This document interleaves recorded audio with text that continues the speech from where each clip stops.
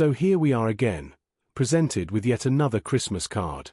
Except, on closer inspection, it barely qualifies as one at all. Royal? Not quite. But perhaps that's no surprise coming from this pair. The chosen image, Harry and Meghan pictured at the Invictus Games in Vancouver, is certainly a curious option for a festive greeting. Something about it feels off. A cold, wintry setting is hardly what royal Christmas cards are known for. Traditionally, they aim to project warmth, optimism, and a sense of continuity as the year draws to a close. This, however, feels like a deliberate move away from all of that. Then there's Meghan's outfit, which invites its own commentary. Once celebrated for high-end couture, especially during her time as a working royal, she now appears dressed far more casually. A mid-range puffer jacket, practical boots, and a designer beanie make up the look. It raises eyebrows. Is this a shift in priorities, tighter budgeting, or simply a rebrand?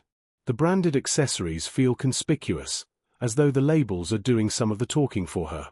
It's a far cry from the polished, couture-clad image many remember. The card's wording only adds to the oddness. Instead of a simple, personal greeting from Harry and Meghan, the message arrives on behalf of the Office of Harry and Meghan, with archule folded in for good measure. Office of what, exactly? The layering of titles and organizations makes a straightforward Christmas wish feel unnecessarily corporate and impersonal. It leaves one wondering whether anyone involved has pointed out how awkward it sounds. And then there's the photo itself. The background is cluttered with what appear to be random spectators, giving the impression of a casual event snapshot rather than a carefully chosen holiday image. It's difficult to see how this was considered appropriate for a card meant to mark the festive season. Meghan's use of the phrase holiday season, instead of simply saying Merry Christmas, also stands out. The reluctance to use the word Christmas in a Christmas card feels oddly ironic, especially given the context. Finally, there's Harry, wearing a strained, uncomfortable smile that looks less festive and more like the aftermath of an awkward meeting. It's hardly the warm, reassuring image traditionally associated with royal holiday messages.